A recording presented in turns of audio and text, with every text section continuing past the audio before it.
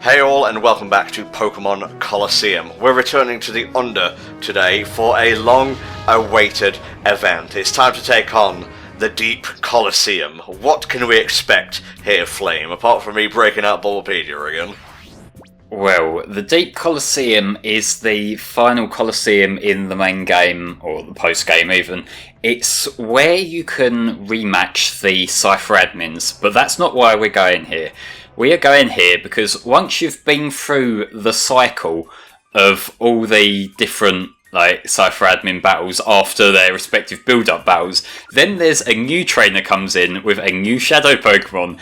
So guess who had to spend 2.5 fucking hours getting to this point? Jeez. Just so we could see this part play out. God damn. Yeah, but there is a little bit of back and forth first. Obviously we just got the email that was tipping us off that Mirror B went down there. I'm not going to be showing off the Cypher admin fights because there's no real point. It's just more and more battles. So we're just doing the new stuff, which is the cycle leading up to the new trainer and the new trainer himself. Good, because as much as I love Colosseum, and as much as, I've enjoyed being part of this playthrough and all that jazz, I think if, we had to sit through any more battles that were not necessarily wholly meaningful, I think I might switch off and just start playing The World Ends With You on my Switch.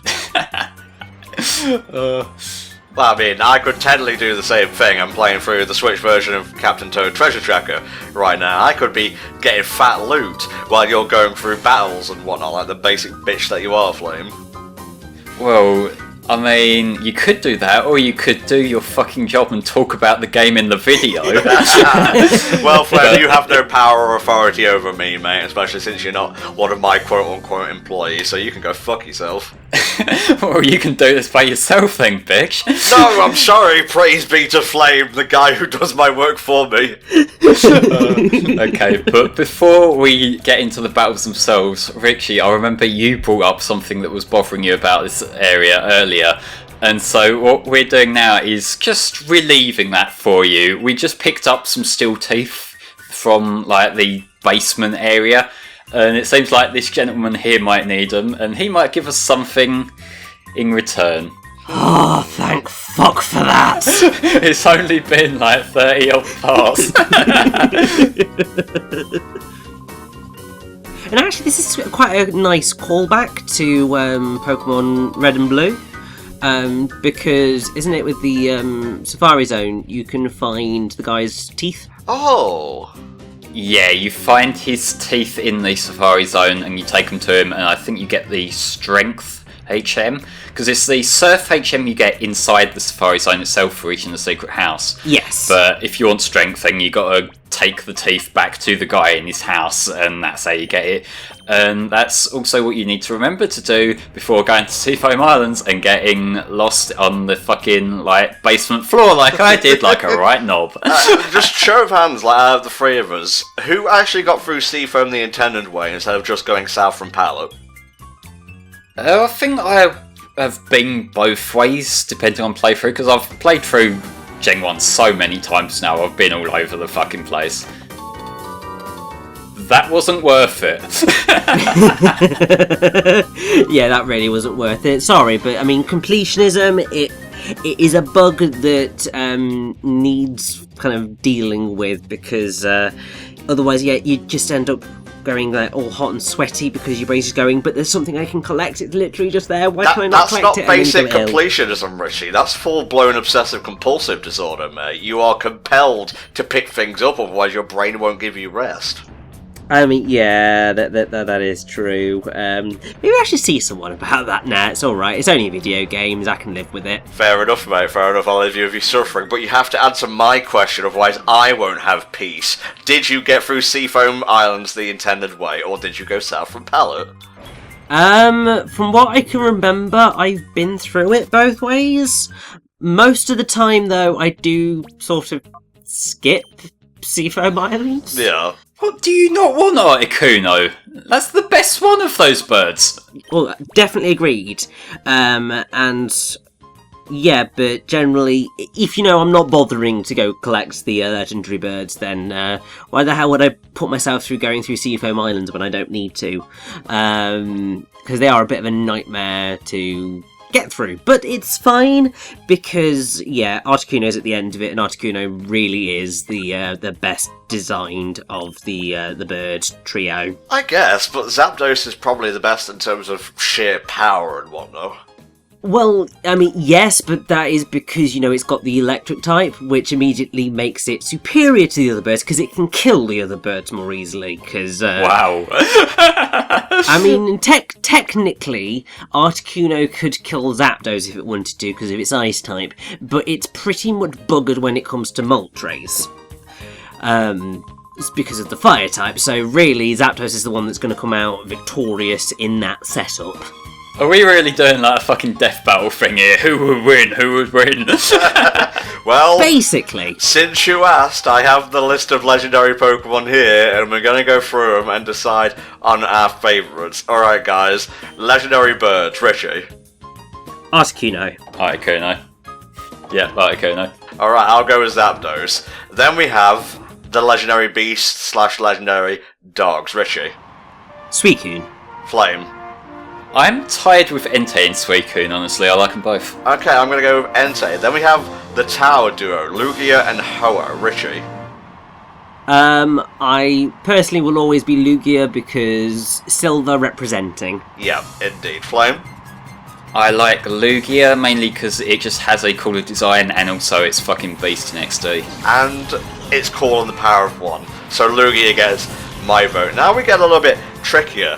The Regis. Regice, or Regice, Registeel and Regirock. Richie. Regice. Flame. I agree, yeah, Regice is really cool. And Regice for me, wow. Latias or Latias, Richie? That's just mean, but I would say Latias. Okay. Flame? Yeah, same. I like the red. I'm going to go with Latios. I just think the more elongated form adds a bit more aerodynamic style to it, I suppose. But that's the Eon duo for you. Alright, the Weather trio. Groudon, Kyogre, and Rayquaza. Rayquaza for me. Rayquaza. Yeah, that's epic. Okay, now it starts to get really tricky, because I don't really care for any of these. The Lake Guardians. Azelf, Mespirit, or Uxie, Richie? I will go Uxie, if only because its Japanese name is surprisingly close to my actual surname, so... Wow. Okay, Flame?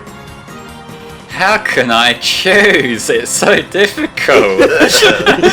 I'd say maybe out of the designs I kinda like Azelf the most, but by the same token that does make it look like a fucking Jirachi clone, so... A little bit, win yeah. some, lose some.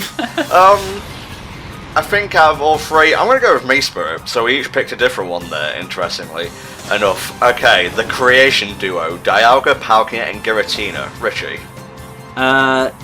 Dialga. Flame? Yep, same, Dialga's cool. And Dialga for me. Sorry Palkia, sorry Giratina, you have been pushed down, so to speak. Alright, now we have the Swords of Justice. We have Cobalion, Terrakion, and Virizion.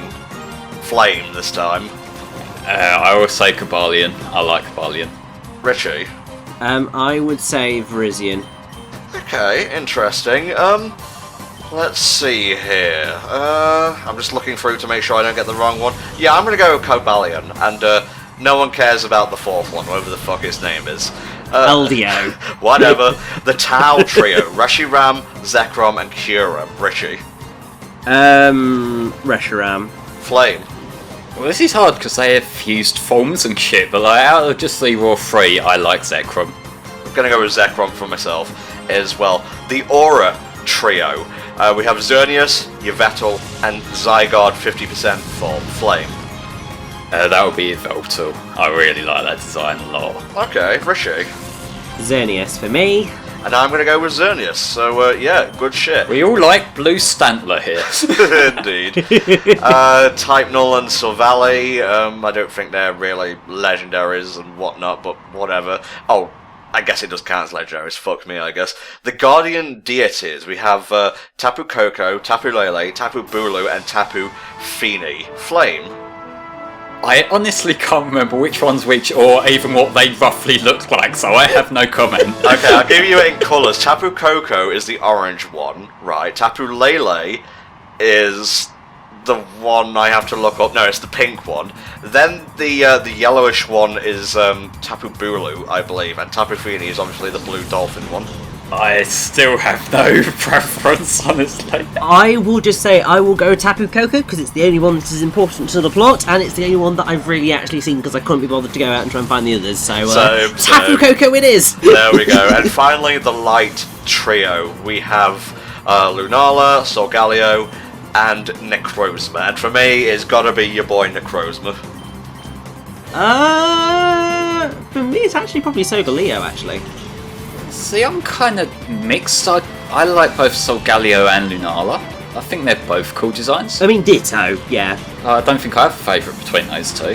Necrozma's alright, but it looks a bit odd. Less organic, I guess. It's less endearing to me. Fair enough, and now we have trivia to bring us up to the halfway mark of this pod. Though Unknown is not considered to be a legendary Pokemon, in Spell of the Unknown Entei it is shown in Molly Hale's book about legendary Pokemon. Its power, in large numbers at least, appears to match that of legendary Pokemon, and within the canon of the movie it is specifically referred to as a legendary Pokemon. Heatran is the only legendary Pokemon that can be either gender. According to interviews with Junichi Masuda in 2009, legendary Pokemon are the most difficult to design names for because Game Freak strives to make sure that the names of legendary Pokemon are universal across the different translations, so extra work must be put into their names to make sure that they work universally in all languages and don't conflict with anything else. This is consistent with the relatively small number of legendary Pokemon that have had their names changed significantly outside of Japan. Currently 16, the legendary birds, the lake guardians, the forces of nature, Silvally, the garden deities, and in Chinese only, the Mew duo. Speaking of, I missed a trio actually. This was very, very poor in terms of judgment on my part. The forces of nature, Tornadus, Fundorus, or Landorus. Richie, your choice? Thunderous. Okay, Flame. I don't actually like any of them. Fair enough, mate. I am gonna go with Fundorus, just because I like the blue and the blackish purple together. But not my favourite trio exactly. Each member of the legendary beast, such as the Tau Trio, and the Tau Trio rather, has its own remix of each trio's designated battle theme. In Heart Gold and Soul Silver, Suicide's battle theme uses bells, Entei's theme uses an electric guitar, and Raikal's theme is synthesized. Reshiram's theme employs a burning fire effect, Zekrom's theme employs a crackling thunder effect, and Normal Kyurem's theme features an extra slapped bass part playing in the background. The legendary birds are the legendary Pokemon that have been available in the wild in the greatest number of Core Series games, each being able to be caught in 13 Core Series games. Red, Green, Blue, Yellow, Fire Red and Leaf Green, Platinum, Heart Gold and Soul Silver, XY, and finally Ultra Sun and Ultra Moon. So those birds get around. They do indeed. They really get around in fucking X and Y where they have a really annoying roaming mechanic, because not only is it the standard thing, but I think you have to encounter them, is it 10 times before they finally fuck off and settle down?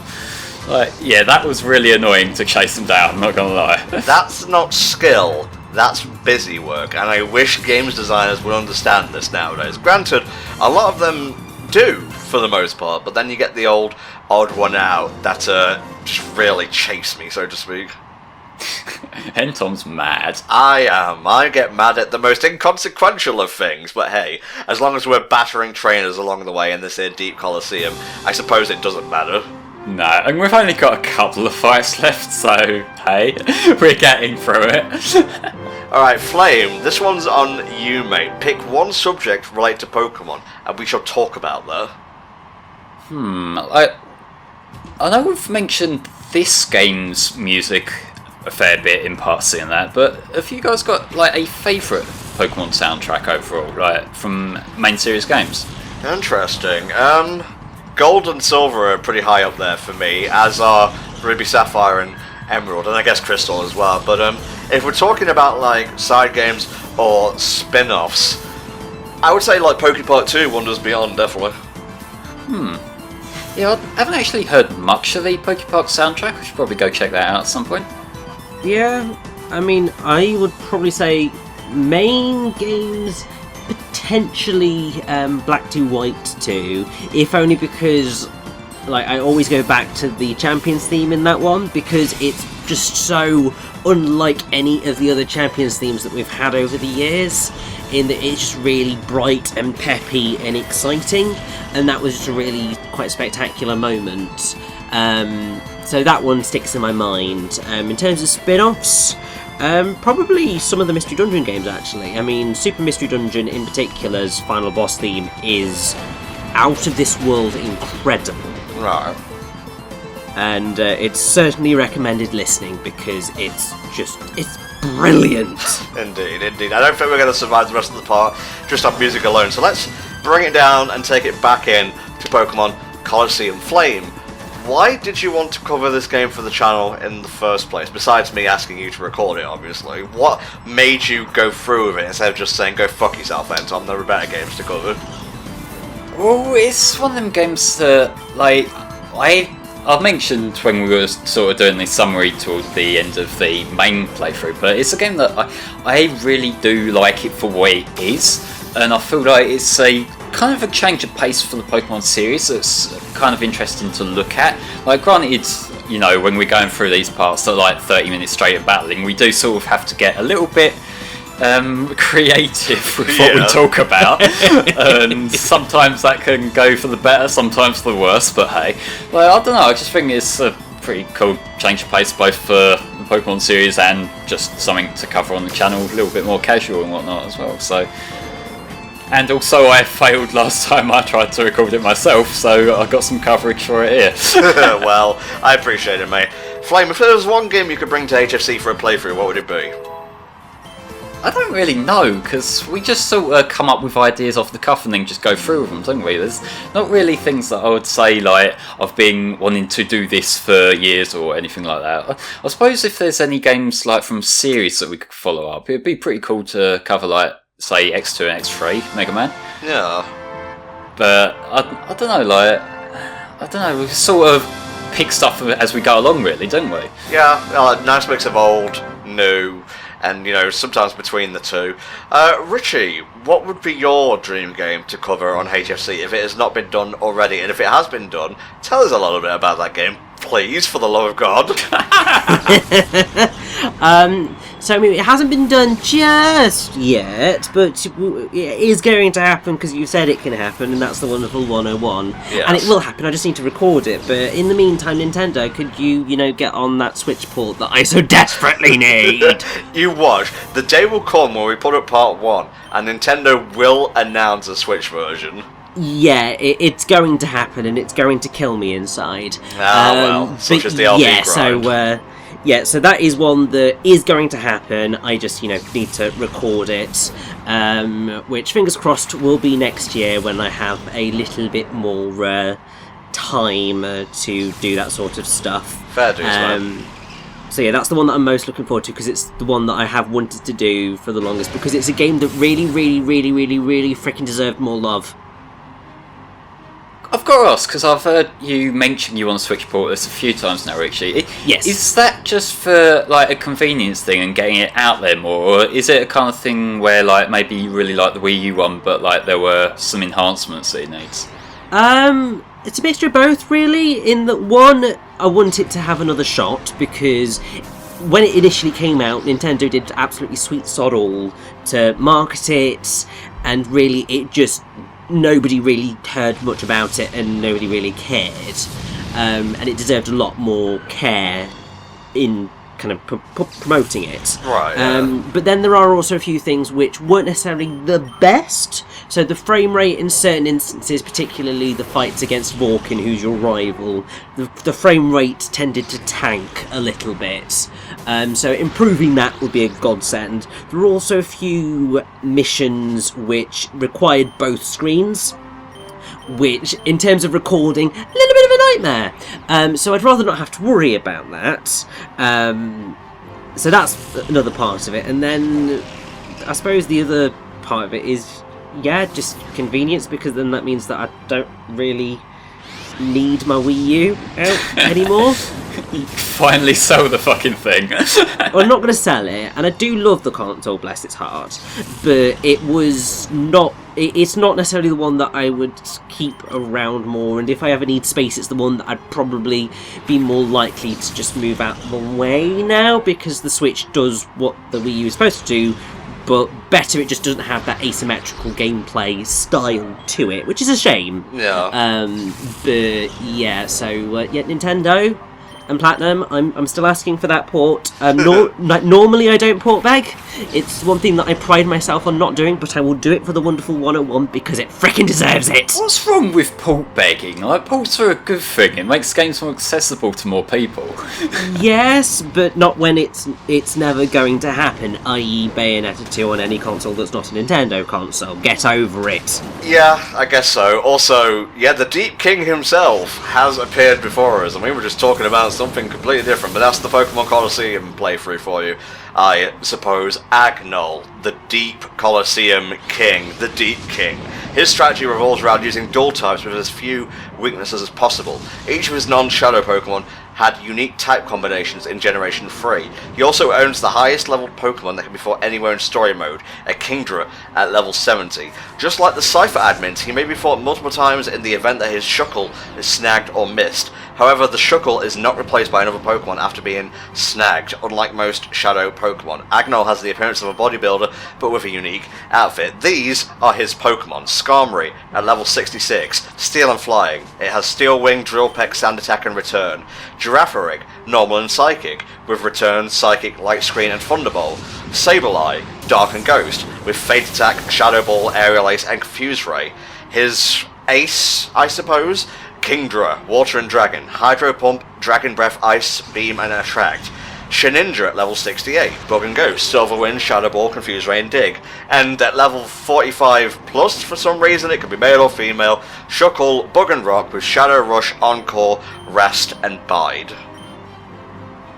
The level 45 plus thing, it's much lower than his other Pokemon, so you need to be careful not to kill the fucking thing with a stray Surf or Earthquake or something. Yeah. But I do want to point out right now on screen, he has two of probably the most annoying Pokemon to fight against in Gen 3. It's got the Kingdra, which his only weakness is Dragon, which you probably don't have a good offensive Dragon Pokemon on your team in this game. And Sableye, which has no weaknesses in Gen 3. So this is like a battle of attrition. Just try and chip away at it, and hopefully he'll drain all his full stores and shit here as well before anything else becomes too abrasive. Right, yeah, I always hated Kingdra in Gen 2, especially, well, there was only really one instance, you know what that is. I'm not going to patronise you by explaining what it is, but it was fucking Claire. Fucking Claire! Yeah, it's because Kingdra's just a nightmare, because mentally you're going, it's a water type, I should be able to use electric attacks on it, but because it's that part dragon, it's just like, no, electric don't mean shit anymore, and you're just like, no, you monster. So it is a nightmare of a Pokemon. Obviously it's a lot better now because we have Fairy type. I think they realised that dragons were a little bit of a nightmare to defeat, because if you didn't have a dragon type or an ice type, you're basically buggered in terms of taking down dragons. And because they're generally always some of the tougher Pokemon in each generation, you were left with very few options, and it did just end up being battles of attrition. Actually having Fairy type, which doesn't suffer from sort of the same difficulties, I suppose, shall we say, as Dragon and Ice types can in terms of weaknesses, because like frequently Dragon types have a Fire attack, which immediately puts your Ice type at danger. And Dragon types against a Dragon type, you're in danger because they're super effective against you as well. So having another type to put into play is quite helpful. Yeah, see, it's always on the whole Dragon weakness, because I think that's the sort of thing that wouldn't have originally been a concern, because as far as I recall, the only offensive Dragon attack in Gen 1 was Dragon Rage, so that's a problem that would have reared its head in later gens and sort of needed rebalancing. Yeah, that is true. And it's a similar sort of thing that I seem to recall Gen 1 had a problem with ghosts as well, because they were meant to be super effective against psychic, but because the only ghost types in Gen 1 were also poison, they kind of, they don't really have that edge over them that they probably were intended to have. Yeah, not to mention, a lot of those psychic types outsped ghosts 9 times out of 10, so, SpaghettiOs. Gen 1, perfect? I don't think so. Yeah, psychic types are OP as fuck. If you've got an Alakazam or a Hypno, you've won Gen 1, basically, ain't you? Yeah. And there's me with my fucking Nidoking trying to make it work. Oh, Flame, bless you. I fucking love Nidoking and Nidoqueen, I can't help it. I'm not saying they're bad or anything, I'm just saying you were fighting a losing battle there, my friend. You were you're trying to go uphill with a ground type. You should have known that it wasn't going to work out. Well, pretty much anything I try to do ends up being a losing battle, and I know that. I have unpopular opinions when it comes to video games. Well, educate yourself and get better ones, I guess. Okay, Mr. Secret Rings is underrated. I said that almost a decade ago. Will you let it go? No, because it's on the internet. People can see it whenever they fucking like. So if someone finds the video today, that's what they're gonna see. Well, and no, wiping it won't work because I've downloaded a backup. You son of a bitch! God, the levels of pettiness. Honestly, maybe this is why you don't accept payment, because you're already paid in other ways. Are you only just realising that I get my kicks from banter? Yeah. This is worth more to me than any fucking cash money could ever be. Oh, Flame, never change, never change. But on the other hand, please change immediately. No, it's one of the things that if I help someone out, I get to balance that out by being a complete insufferable arsehole to them. That's fair, right? I guess so. So what would be the counter to Giraffe Rig, then, mate? If it's, only ghosts that can affect it. Although it can't even, because it's part normal type. Well, it's also weak to dark, I believe. I don't think normal type cancels that out at all, so good old Umbreon can have a bit of a fun little type there. There we go, that took a big chunk out. You'd also be able to use Bug, because Bug is super effective against Psychic and Dark types, funny enough. Good luck using Beedrill in Gen 1, just not going to work. Yeah, no, it's not. It's really not. Here's our Shuckle. Oh, it's adorable. Shuckles are great. If you say so, it's really fucking stocky and defensive, but other than that, I don't really think you get much mileage out of it beyond being a tank. Well, I like I said, I bred Shuckles in Gold, Silver and Crystal because I was bored. I had a whole family tree of Shuckles making berry juice for me, which I then sold. Okay, so you're just abusing their services for financial gain, I get it. Basically. What do you think the fucking breeding centre's doing? You have to pay them after all. Yeah, they're basically holding your Pokemon hostage until you pay up, aren't they? Alright, some Shuckle trivia before the part is out. Shuckle seems to be based on an endolith, an organism that lives inside porous rocks or animal shells, or possibly an abalone. It also may be based on scale insects, small-shelled parasites that produce a sweet fluid called honeydew that attracts other insects. Shuckle may also be based on certain varieties of mollusk, as it shares some characteristics with them, including the shell, the muscular but limp-seeming feet, the use of acids to receive food or to break down obstacles, the liking for fermented foods, and living close to water. It may also be based on turtles or tortoises and vases, appearance-wise. It might also take inspiration from a nematode. It has the lowest base HP stat of all rock-type Pokemon, with only 2 other Pokemon having lower base HP, lowest base attack stat of all bug and rock types, with 2 other Pokemon tied for lower base attack, and blah blah blah blah blah blah blah blah. Shuckle has the lowest base speed stat of all Pokemon tied with Munchlax and Pyukumuku. I like how the thing about it looking like a turtle, they managed to hold off on that till a third of the way through that spiel. Yeah. That's basically, I look at Shuckle and I think, oh, it's a little rock turtle thing. But we've got it now, and it's going to spend the rest of its days in purgatory in the box, so... well, yeah. One day I will free it, and I'll put it to work, and the Berry Juice Syndicate will rise again! Tom, I think that might be even less of a real job than the whole making YouTube videos thing. Just throwing that out there. What are you, the job police? Kiss my ass. Yeah, well, you really ought to be like me and have a productive lifestyle. Yes, indeed. Hey, if I don't argue with randos at 5 in the morning, who else is gonna do it? Yes. Oh, I wish you wouldn't, though. I wish you wouldn't. So yeah, you got another 40 seconds worth of stuff to kill until the end of this part? Because I ain't. I'm looking at the sell price for Berry Juice here, and apparently it was 50 credits, so maybe the Berry Juice Syndicate falling apart was for the best part. In Generation 5 games, it can be sold to the Gourmet Maniac on Route 5 for 1,500 credits. The dream is not dead! I will have all the shuckles in the world and have the best Berry Juice Mafia the world has ever known. See you guys next time for the finale of Pokémon Colosseum. Oh, I'm salivating right now. I'm gonna go get some berry juice. See you next time.